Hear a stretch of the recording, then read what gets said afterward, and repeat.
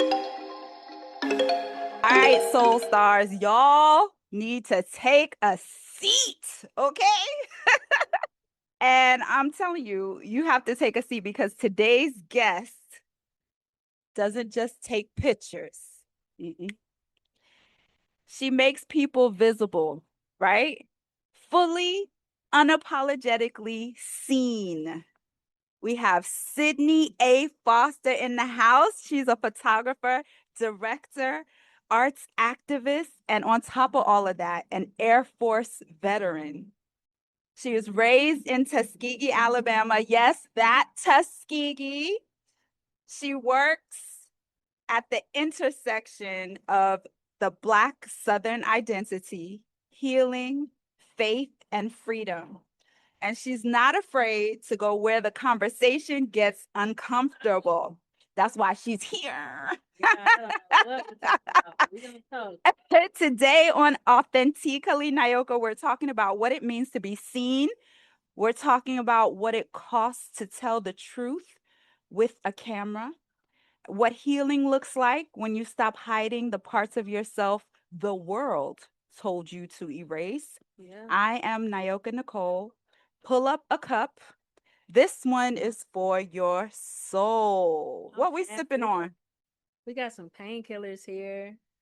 Some of it got ritual in it, and some of it got Jamaican rum in it. That's hers. This is so good. He said it's like a tea It's infusion. ritual. The brand is ritual, and you got the rum rendition of the ritual non-alcoholic spirit. This is really good. There's pineapple in here.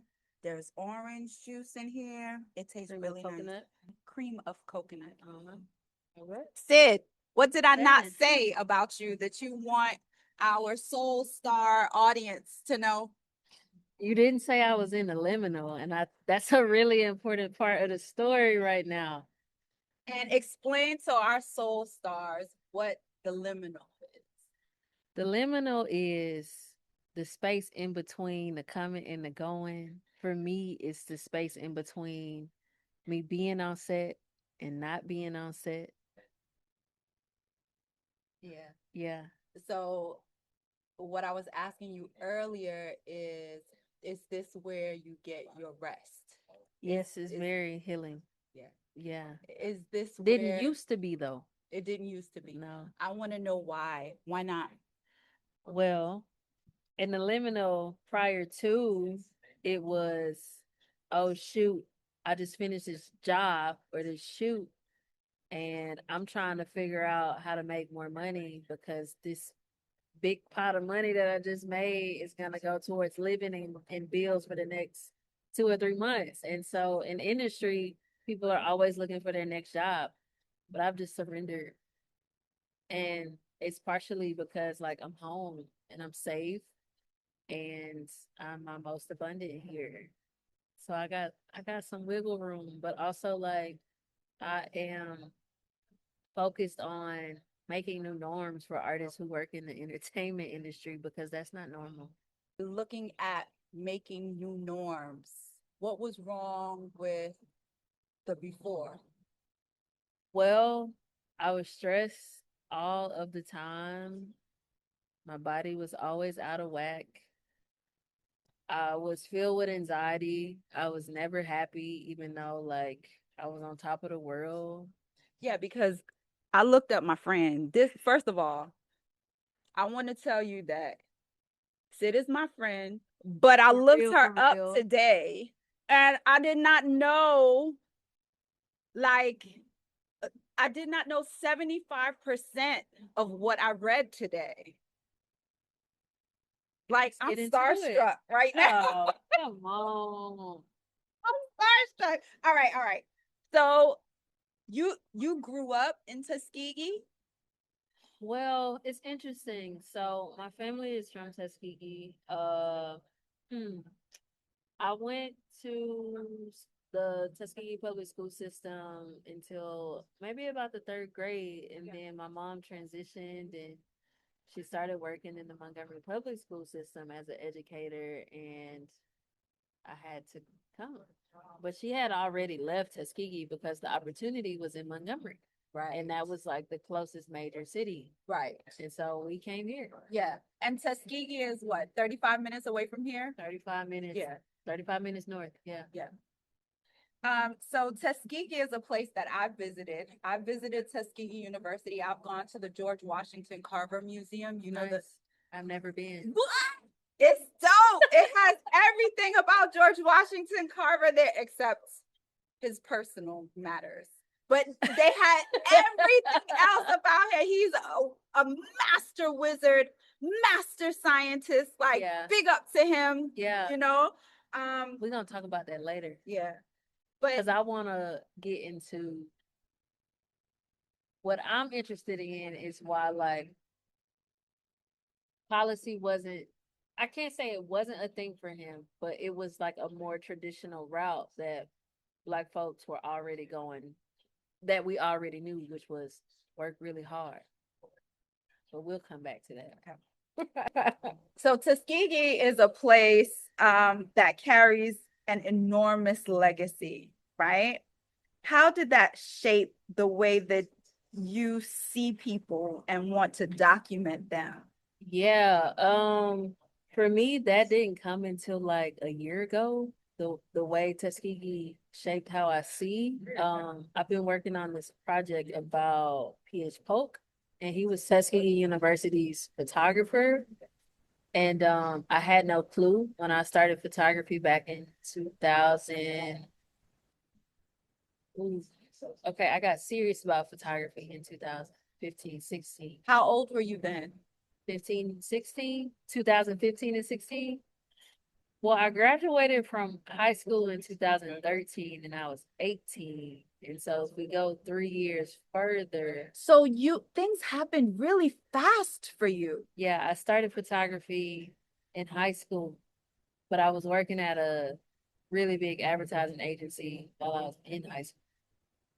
Yeah. So yes, they quantum leaps. Yes, like I found Polk maybe like 2 years ago. Norma Jackson, who doubles as my godmom, she's in Tuskegee, and she was like, "Hey, I'm working on this project about PH Polk," and I'm like, "Okay, who is that?"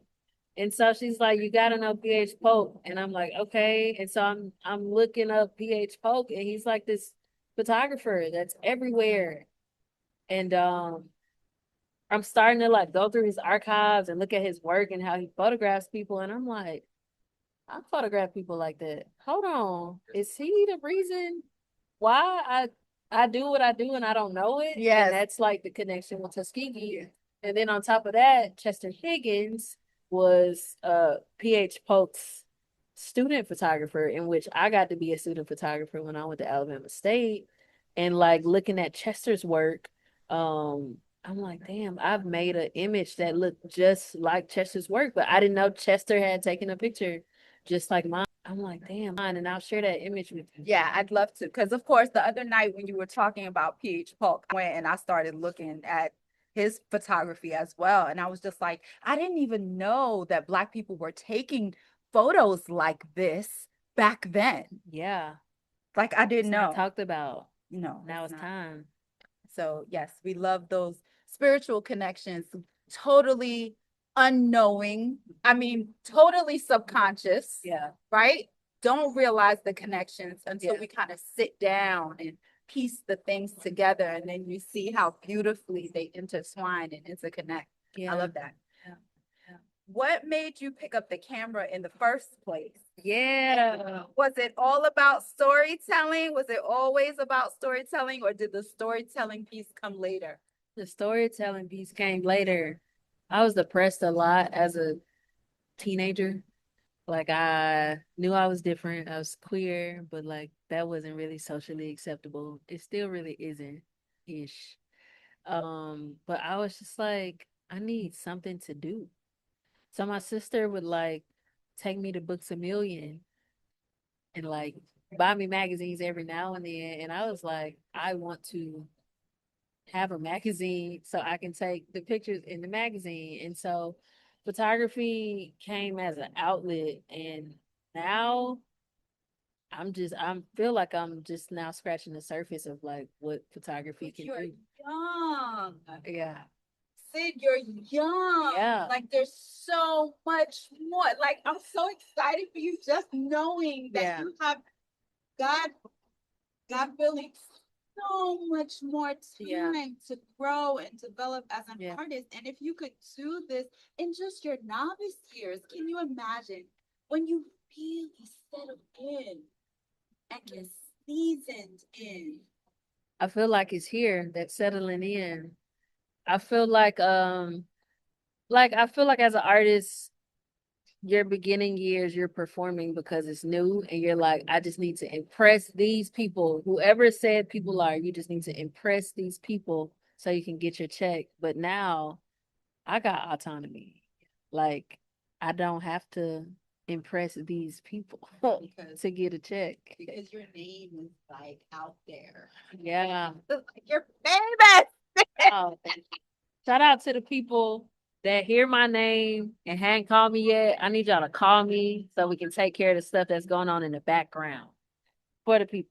Definitely. So this always fascinates me about you, right? You served in the Air Force. What did that season of your life teach you about discipline, identity, or freedom, or all three? Identity, freedom, and what was the other one? Discipline. Identity, discipline, and freedom. Wow. Identity, discipline, and freedom. First off, can I That's, say yeah. you are mad discipline, okay? I see it. You think so? Yes, I see it.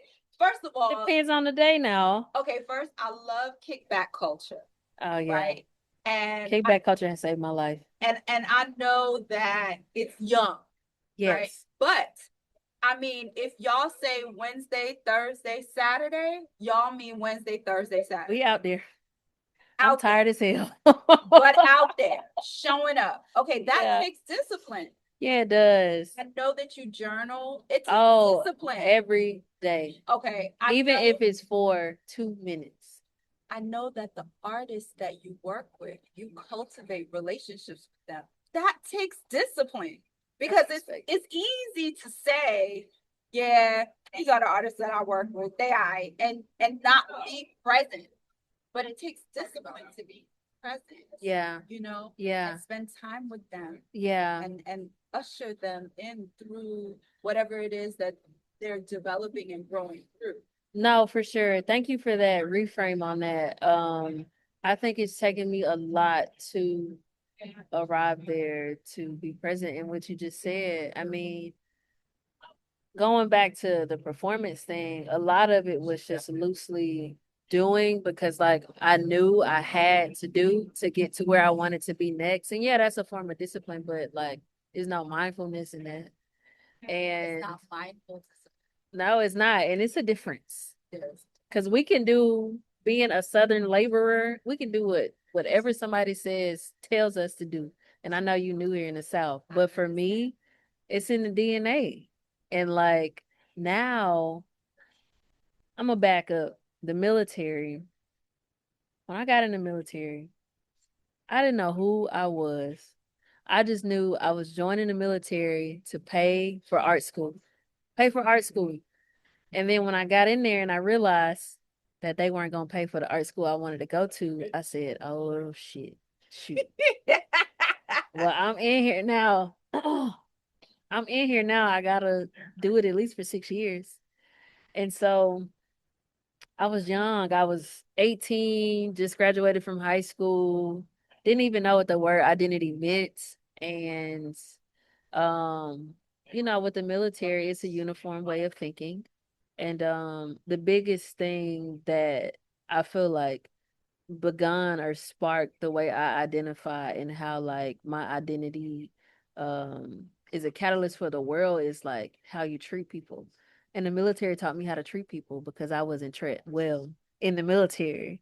And so you learn by example, and I learned by example like, okay, I know what this feels like to be treated that way.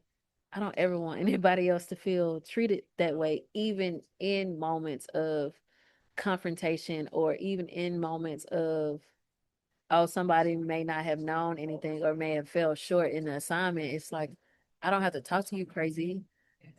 So that's what the military taught me about identity. And fast forward to discipline, I feel like I'm now understanding why we did things in repetition.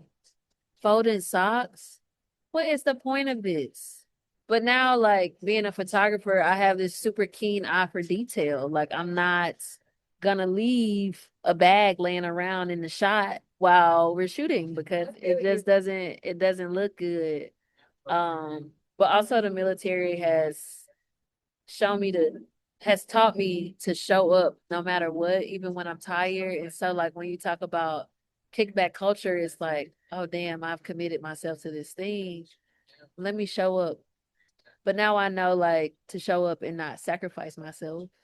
Like if I'm not feeling okay, I'm gonna now communicate and say, hey, I'm not gonna be there, but this is what I need y'all to do. So like the presence of the thing still gets to live and breathe. And then freedom. I'm in discovery of that right now. Unless I do some shit. Yeah. Yeah, I understand that. Yeah. Yeah. I think a lot of us are. Yeah. In just trying, not trying, but in just being who, just being ourselves, being authentic, that that pulls in a lot of freedom. Mm-hmm. And so you still kind of have to understand how to manage that responsibly. Yeah, you do. Cause I was in Atlanta living La Vida Loca for the Which first Atlanta ATL usually tends to bring that out of you. for the first time ever. I was out of the deep south, Yeah. Montgomery, Alabama, Tuskegee, Alabama, and I had all of this freedom, making all of this money for the first time ever. And shout out to all my friends at Magic City.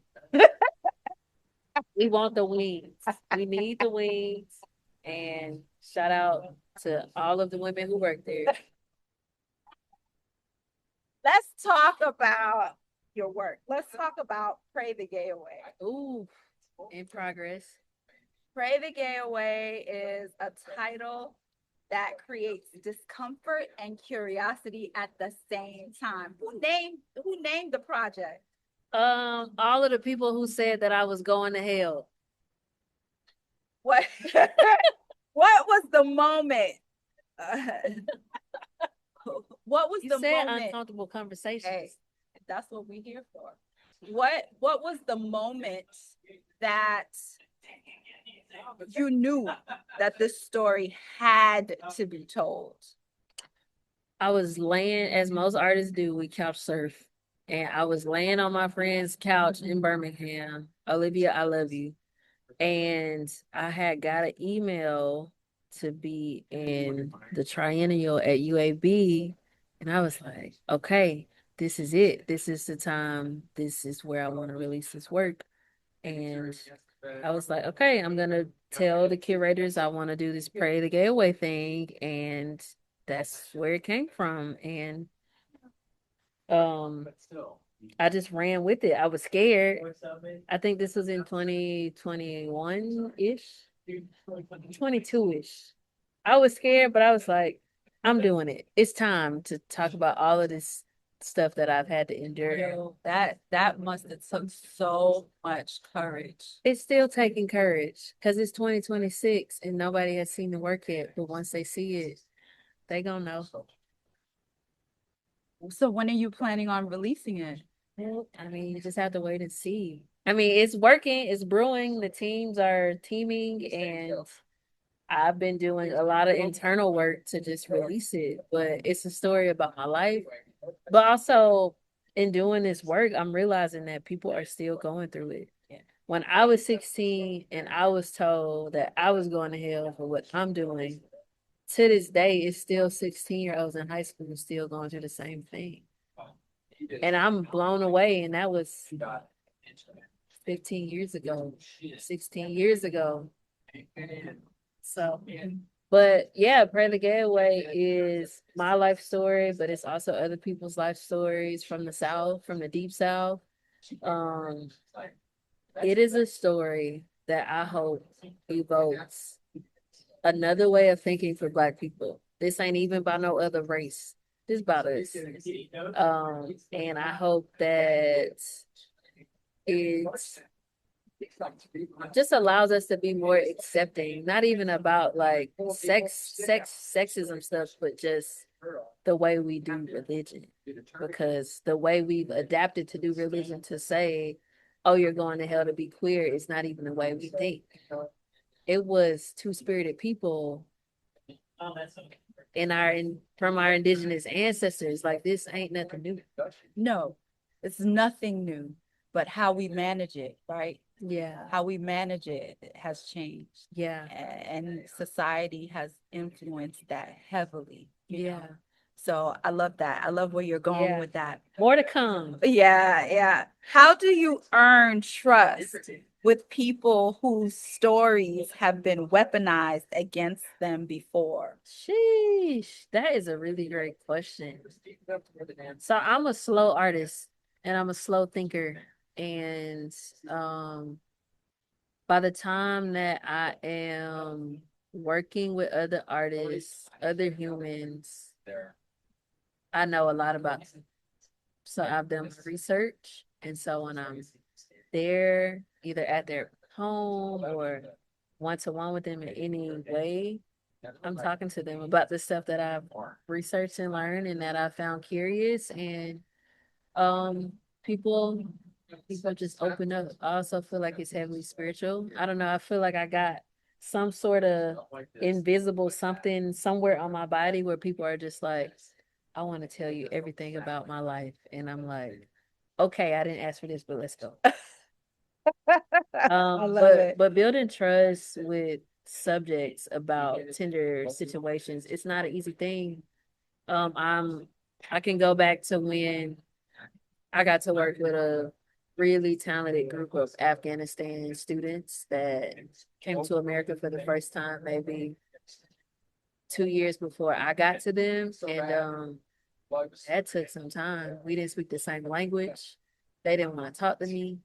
I'm of color, they're of color, but they didn't want to talk to me. And so it took about 2 months for them to say anything to me. And what brought us together was the camera. I had this big pool of cameras, about 6 cameras. And so I'm like going to like talk to them about how to use the camera. They're like getting the cameras, taking pictures. I said, okay, boom, I'm in there. And so I was like, okay, now we're gonna go to your neighborhood and take pictures. And so they like did their thing and they were like, okay, we'll talk to you now. But it took 2 months because I don't speak Farsi. I don't speak Arabic. Yeah. And I think another thing was when it was two sisters, they were twins. I had to take them home. And so we're like messaging on WhatsApp because I got a translator on their WhatsApp. And I'm like, do you want coffee? And so coffee is this communal thing that you don't have to speak the same language because it's food and beverage. Like we all drink coffee or tea. Yeah. It's a cultural thing. Yeah. And so they were like, yeah. And I was like, okay, I'm in there. And then I couldn't get them to stop texting. So trust with art, trust as a photographer, it takes time, but if you're passionate about the thing that you're assigned to, it'll come through. Yeah. It'll come through. And you really just have to like go back to your heart and figure out the things that like you like and love and just know and trust that it'll open up a portal. A portal. Yeah. I love I love the cultural connection, that food and beverage. Yeah. See that a lot in Atlanta. Yeah. A whole lot. I love when you said the camera opened up the discussion. Most people will say music opens up that kind of discussion, but I love that the camera did that for you and the student. Yeah. I like this question. I'm gonna ask this question. As you should. What is it like to hold space for someone's pain through a lens? Is there a spiritual dimension to that for you? Their eyes. I connect with the eyes, and I feel like a lot of times in pictures, People go the way I photograph people, I lead people straight into their eyes, and you can feel it when you're on set. You can feel what somebody is moving through, going through what they've been through. Sometimes people will cry, and I let them. I allow the raw emotions to come through. Um, but yeah, I would say like that connectivity through your eyes. Like our eyes are the portal in which we learn information about ourselves because we then emulate it outwardly. Yeah. But we have to see something first in order to continue to develop our identities. Yeah. Thank you for that. You've worked in communities navigating faith, queerness, and belonging simultaneously. Yeah. What have they taught you about what it really means to be free? That's a really good question. That is a really great question. What have they taught me about being free within the realms of faith, queerness, and belonging? To never falter with yourself. Like, don't give up on yourself and hear yourself for the first time ever. Um, I think a lot of times we want like this praise from like the masses, but it starts with us. And if you can't have faith in yourself, if you can't accept who you are, if you can't free yourself from wearing multiple masks, no matter where you go, like, how can you be free? You know, and I think that we could both relate to this, and I'm gonna say why. People will say, "Oh, well, which side of Nyoka are we gonna see today? Are we gonna see the side from Jamaica? Are we gonna see the side from New York? Are we gonna see the side that's been living in the South for the past 10 years?" And people will make it seem like, "Oh, well, which one are we gonna see? Like I can choose, like I can pick and choose." Honestly, I think the thing that I could pick the most to choose to be is my profession. The other areas, they're a conglomerate of who I am. They're a part of who I am. It's not a mask. It's just all the different spaces that I can move through. Yeah. And I can do it comfortably. Yeah. You understand? So, like, Black Southern identity is not the only thing that I can see and understand. I can understand being from the Caribbean and being Jamaican. I can understand being from New York and the whole concrete jungle bit. Like I get that. And I feel like the South sometimes is a fusion of the two. It's on the spectrum between those two. And see, that's what I want to talk to you about because nobody's really talking about that spectrum. You know what I mean? Not here. But I don't see why not. Because if you want to talk deep south, Mississippi and the Delta, I can relate that to being Caribbean so much. Yeah. Like it's a no-brainer for me. Yeah. You know? And then the rural country South, it's like the rural Kingston. Portland? It's like Portland. You understand? Take It's me like with you next time. St. Elizabeth. It's like country. You see what I'm saying? So for me, I can find comfort here. Most people are like, "Oh, how you left New York and you're here," or "How you left South Florida and you're here." Like, do you really like it? I'm just like, well, I can honestly tap into the spirit of a place and be comfortable being there. You know, people can't do that. It's like a superpower. That's what somebody told me. Got powers. No, seriously, I feel like that's one of my superpowers, and I feel like I kind of got away from it because I was listening to other people. But now that like I'm in this return to self, it's like no, I can go wherever. And that's that freedom.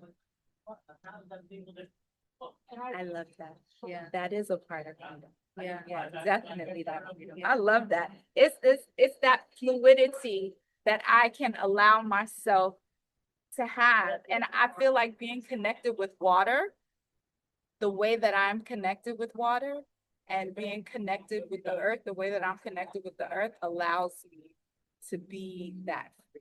Yeah. So I know that we can sit here and talk all night. Yeah. It's getting dark. Yeah. But in closing, what does your healing look like and feel like right now in this season? Yeah. You got all of the great questions. My healing right now looks like returning back to myself for the first time ever. And also allowing myself to accept who I am presently, which is who I've always been. But I've just like a turtle gone into the shell and like just closed it off. So this season, the healing looks like it feels like the lights that I know I am. It feels like finally removing the mask and being myself in every intersection of every friend group that I have. That's another thing I really admire about you. Go ahead. We're gonna get to that. And I would say in closing, it is saying no to other people so I can say yes to myself for the first time. Cause I've never done that until now. But in order for me to survive and to like thrive and be present in this moment with you, I've had to choose myself. And we don't, as Black women, we don't live in a world where it's affirmed to choose us as an individual. It's always this collective thoughts and this Black collective women. caring Yeah. to take care of everyone else but ourselves. After all of these years, we still there. Yeah. Crazy. Yeah. It takes time. It takes time It to break does. that cycle. It takes time to become. You deserve it. I deserve it. We all deserve, We all deserve it.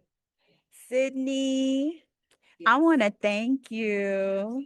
I want to thank you for trusting me to have this conversation, trusting this space that we created with your story and your vulnerability. And for reminding us that visibility is an act of healing. It Yeah. is. Yeah. And I'm all into it now. So, Soul Stars, if this episode stirred something in you, please share it with someone else who needs permission to be seen, because nobody out there wants to be hiding when they want to be free, right? We are our most powerful selves when we can be out in the open. And this conversation might be the thing that sets them free.